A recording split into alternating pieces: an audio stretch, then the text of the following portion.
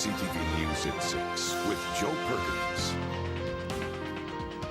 Good evening. Thanks for being here. We begin tonight in Nanaimo, where two 13-year-old boys were arrested after a drug deal turned bad. Nanaimo police say the teenagers went to a home to secure some marijuana, but as the marijuana was being sorted, one of the 13-year-old boys pulled out a knife, grabbed the drugs, and the two then fled the scene. RCMP and the K-9 unit searched central Nanaimo and the Norwell area and eventually located the teenagers. One of the boys has been released. The other, who pulled the knife, remains in custody. Well, if you thought BC's tougher drinking and driving laws would quietly ease into effect, you were wrong. A dozen drivers in the capital region got behind the wheel last night drunk, and they paid the price. New laws that came into effect yesterday meant vehicles were impounded and licenses were revoked immediately. Have a good evening. 6 drivers were caught with a blood alcohol level of 0.08 or higher. They now face a 90-day driving ban, and their vehicles will be impounded for the next 30 days. To get back on the road, the drivers will also have to pay more than $4,000 to have an ignition interlock system installed on their vehicle. The province's superintendent and deputy superintendent of motor vehicles were on hand to take in the new changes. The province's superintendent and deputy superintendent of motor vehicles were on hand to take in the new changes. Police officers are now required to inform drivers of their right to challenge the first roadside screening by asking for a second test. The lower of the two readings prevails.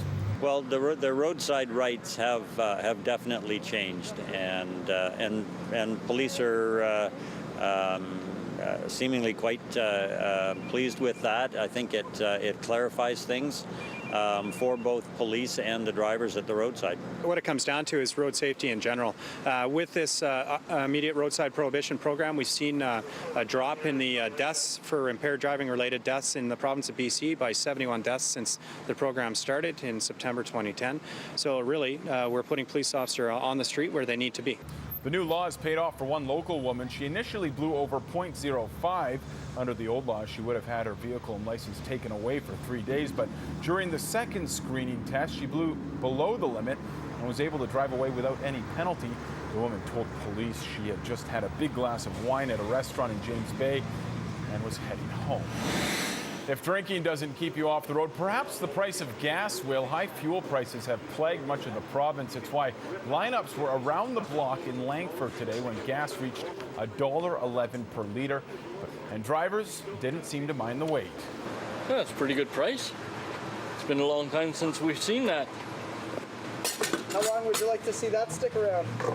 For a good long time. A good long time, yeah. I think it's great. Excellent. I couldn't ask for it. I do a lot of going back and forth with the kids' activities, so it's good.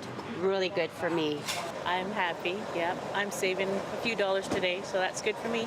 Nobody getting upset or, blowing the whistles or honking the horns or yelling at people? It's not too bad. There's people trying to cut in, though. You gotta be swift with it. Gas in Langford was considerably cheaper than in most parts of Victoria. Number of pumps today were at $1.39 per liter. Well, Vancouver Island's motorcycle community says it's still trying to come out from under a black cloud put there by one reckless motorcyclist ripping up the island at speeds up to 300 kilometers per hour. In April, this video of a rider weaving in and out of traffic at high speeds was uploaded to YouTube, where it quickly went viral. Months later, members of the motorcycle community are still discussing the reckless act. The Vancouver Island Safety Council says the majority of motorcyclists are safe and responsible drivers. Members of the community were out taking part in a series of training courses today. Organizers say it's a way to win back some support from the community. I think everybody's seen the rider on YouTube doing that, and that's kind of left a real kind of black mark in the riding community.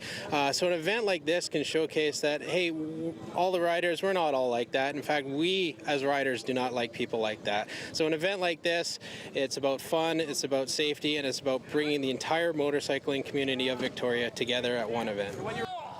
This is the second annual open house for the Safety Council. The highlight is a timed riding circuit. Several local dealerships, along with ICBC, were on hand to show their support. A large-scale search in the waters off Gibson's on the Sunshine Coast has been suspended. Rescue crews were scouring the Strait of Georgia after a 12-foot runabout was found running with no one on board. Officials say there was no indication of distress, but personal items were found on the boat. A military helicopter, the Royal Marine Search and Rescue, and the Coast Guard scoured the Georgia Strait for several hours looking for potential victims, but no one was found.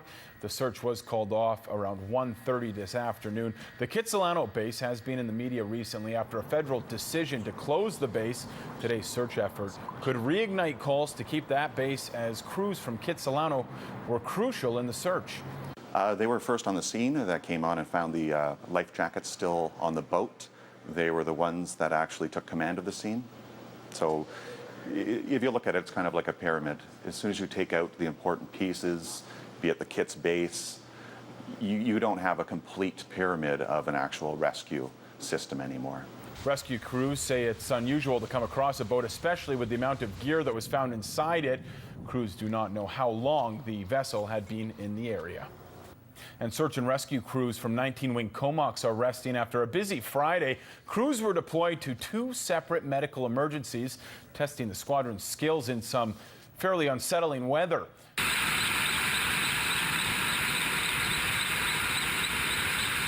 A Cormorant helicopter from 442 Squadron had to hover over a container ship off the west coast of Haida Gwaii after a report that a crew member on board the ship was in medical distress. The helicopter had to send down its rescue baskets because the ship was covered in containers. Crews say the high winds were pretty bad, but in the end, the crew member was stabilized and hoisted on board. The patient was then flown to Prince Rupert, where he was stabilized. Then, on the return flight to Comox, the squadron was called to help a patient in medical emergency at a remote station on Hecate Island near Fitzhugh Sound. You can see the parachutes from the crews that attended the beach to help. Sartecs were able to stabilize the patient until an air ambulance arrived. Well, the city of Colwood is hoping new incentives will make it easier for people to go green. The city's solar incentives program got a major bump up today with the additions of incentives for people looking to install electric vehicle charging equipment. The incentives are in addition to provincial incentives and can range anywhere from $250 upwards to $3,500. A number of electric cars were on hand, as well as information on Colwood's plan for electric vehicle charging stations. The city says going green is a no-brainer. Because it saves you money, and it saves the environment, and it creates local jobs. It's a win-win-win. Who wouldn't want to do that? A number of businesses in Colwood have already made the switch to clean energy, capitalizing on the city's incentive program. For more information and further details, you can go to the City of Colwood's website. That's at www.colwood.ca.